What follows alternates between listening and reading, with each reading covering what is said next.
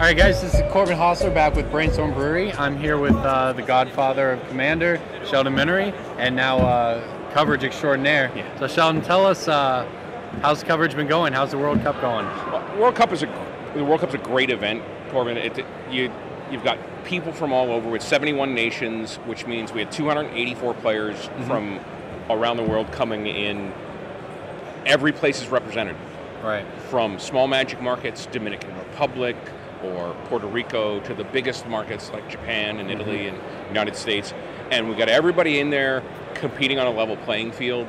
And Worlds has just been so far an exciting, great sort of thrust together national pride, along with some great Magic, and it's a really nice show. You get things happen every now and again. Right. That's something that we talked about is the national pride aspect is separated from the Pro Tour now. Yeah, I've done a number of World Championships before as head judge and as a judge, and there's two elements to that. There's the individual World Championship and the team World Championship, and it's sort of had this split personality the entire time. Now what we have is just the teams. It's all about the teams, so you get this great cohesion. I was just noticing in this round, as I was wandering the floor, the tables are sectioned off. Right. Standard, block constructed, modern. And there are these nice boxes for everybody to sit in along the length of the table, but a number of these teams were squeezed in really close together so they could be with each other.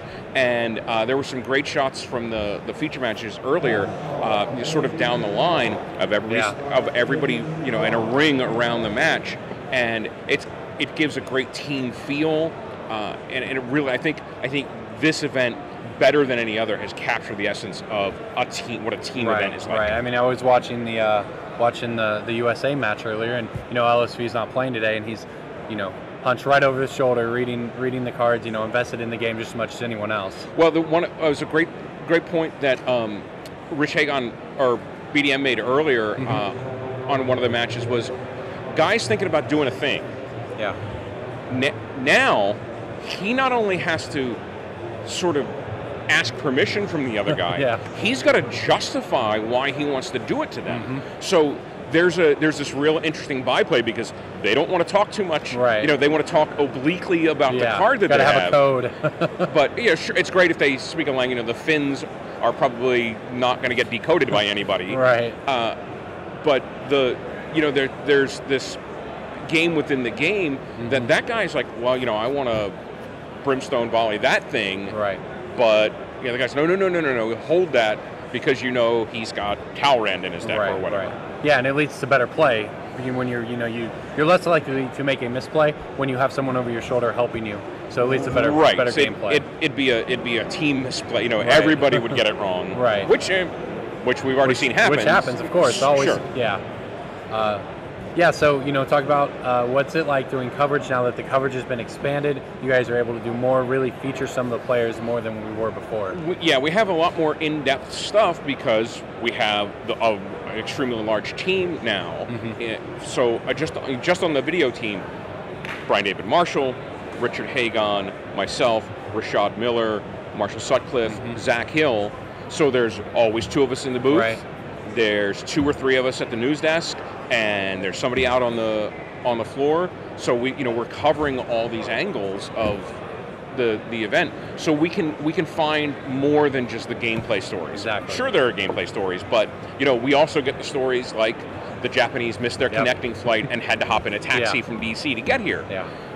This is these human interest kind of stories are what make this event really, really special. Right. And I think that's something that, as Magic moves forward and growing the game and growing the coverage, that's something that will carry more weight than just the gameplay. You want to appeal to those people who maybe don't follow Magic with their every breath, and these stories about the people involved are really able to do that. Well, with something like this, a guy in Uruguay who doesn't follow Magic, is not like a deeply enfranchised player, he might still tune in because he's like, well, I know Magic, and hey, national pride. Yeah, see my guys. I'm going to root for my team out on this world stage, and it brings a measure of excitement and interest to the event. Yeah, and everyone in their home countries, they have a team to cheer for. It's no longer just their favorite player. Like you say, you got the national pride aspect. So that's great. How now that we're nearing the end of it, looking back at the rounds we've had so far, this first Magic World Cup, how much of a success has it been? Yeah, huge. I mean, we were pretty sure we had a successful model coming in, but there's a lot of people that think they have a successful model or something, and then it all goes sideways when you try to implement. This has been spectacular. From the cooperation and the attitude of the players, to the professionalism, the judge staff, to there's a million people backstage right now. There are the six video coverage guys. There are 4, 5, 6 text coverage guys, so you can read all about the text coverage matches.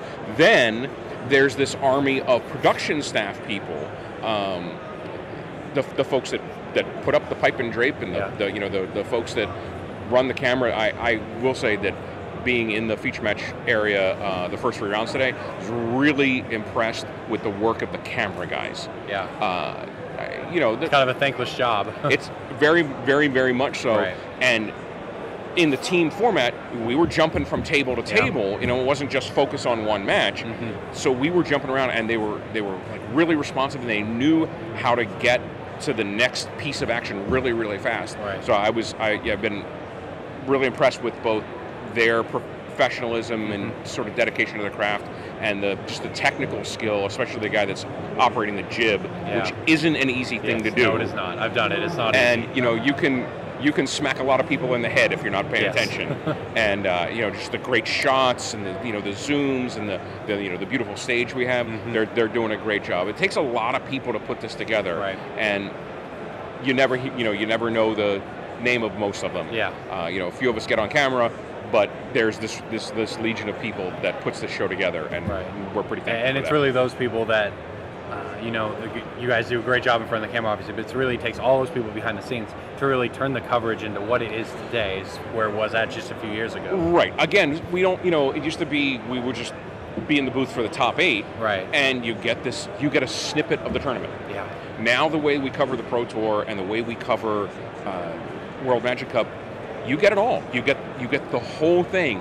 We don't have a fixed camera in the feature match area. Well, there's a fixed camera, but we don't have only a fixed camera. So we can get potentially all 4 of the matches going on covered in the round. The first one ends quickly. Boom, there's no downtime at all. We get over to table 2, and it's the guys in the feature match area. They're high-profile pros, and names or people on the bubble, or some an unknown coming out of nowhere, and he's the great underdog story of the tournament. So we get it. We get all these things, and it's a lot of fun doing the coverage.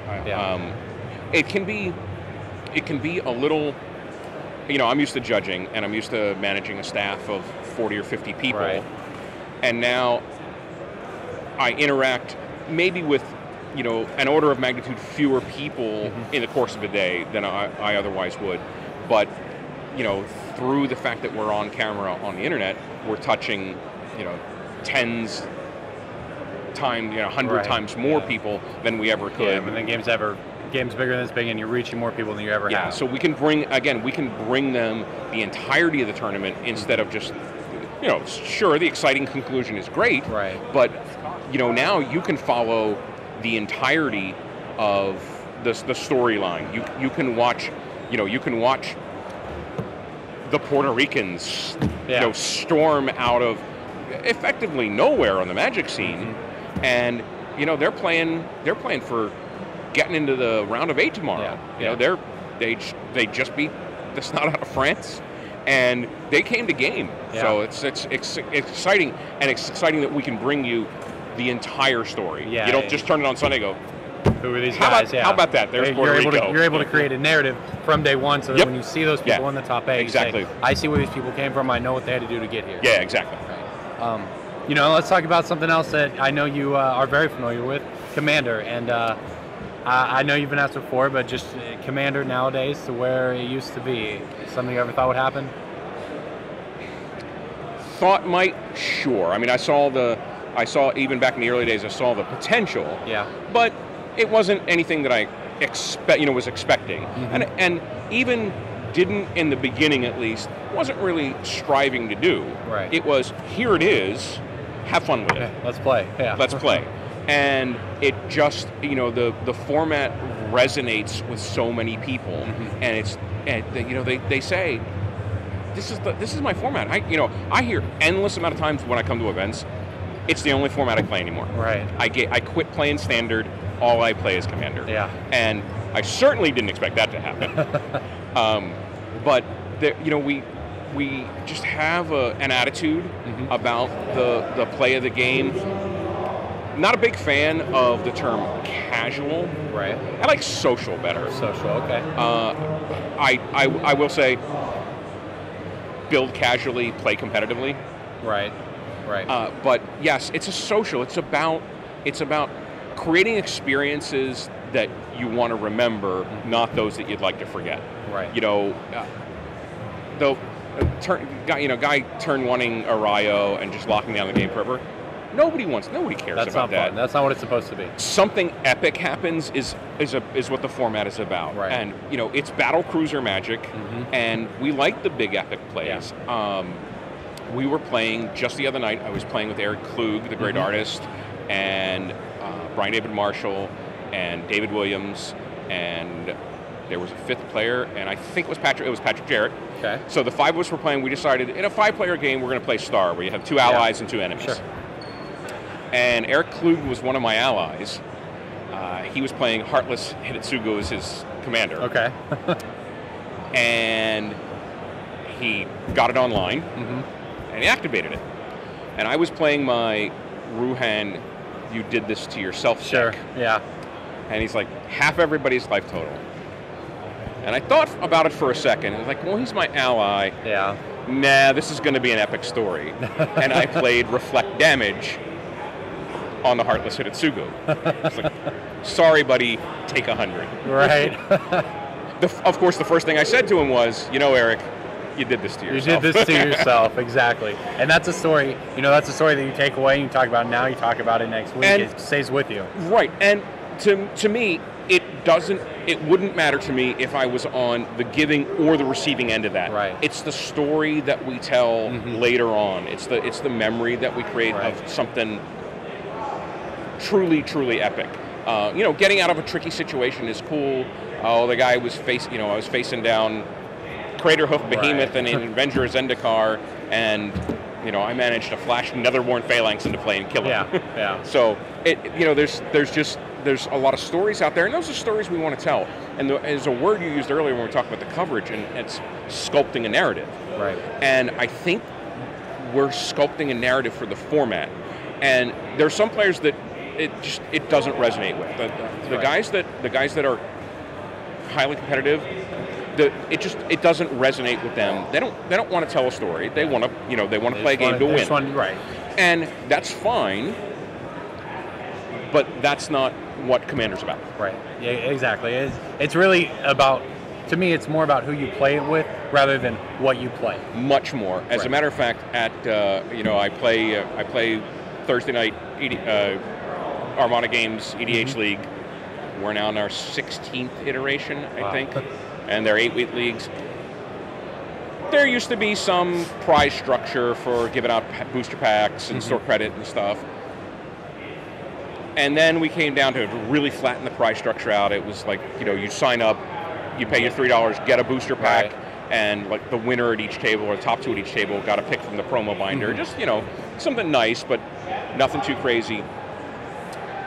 Armada owner Michael Fortino came up with the idea last league that the prize for winning the league would be, for the entirety of the following league, you get to pick who you play with every week. I like that.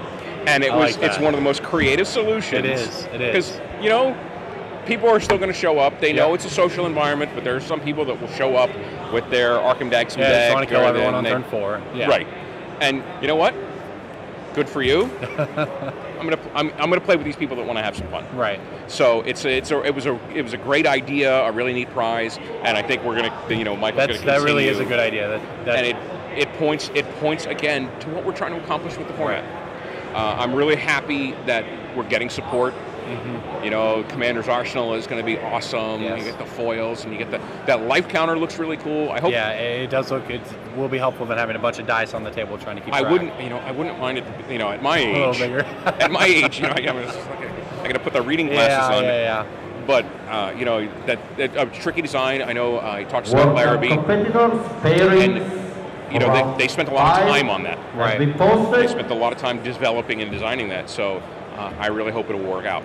Yeah, and one of the great things about Commander's Arsenal I was talking to Aaron about earlier was that he said, some people do get turned off by the $75 price point. Sure. And that's fair. Matches for round 5. You don't have to have those cards. In the because there's nothing area and I think that's a really good way to do it. So you have a product for those people who want it, but you don't price anyone out. They were developing in that. Is Ukraine versus Puerto Rico. They came and talked to me and Gavin Duggan and Toby Elliott on the rules committee back at World Championships in San Francisco last year. Text coverage in the center of the play area. They hadn't decided what they were going to call it yet, but Mark Purvis from Wizards Coast, we're just calling it Commander Bling. It's like, well, that's a good term for it. Exactly Yeah. what it is. Exactly. Unfortunately, they just paired it around. I have work I have to go do. Yes, sir. Of course, I'd love to sit down and talk about the best format ever, all day, every day. So thanks for giving me the time. Thank you. I appreciate the We effort. understand. We understand you got to do some real work now. Thanks for your time. Sheldon, thank you. Yep. Thank you, guys. See you, everybody.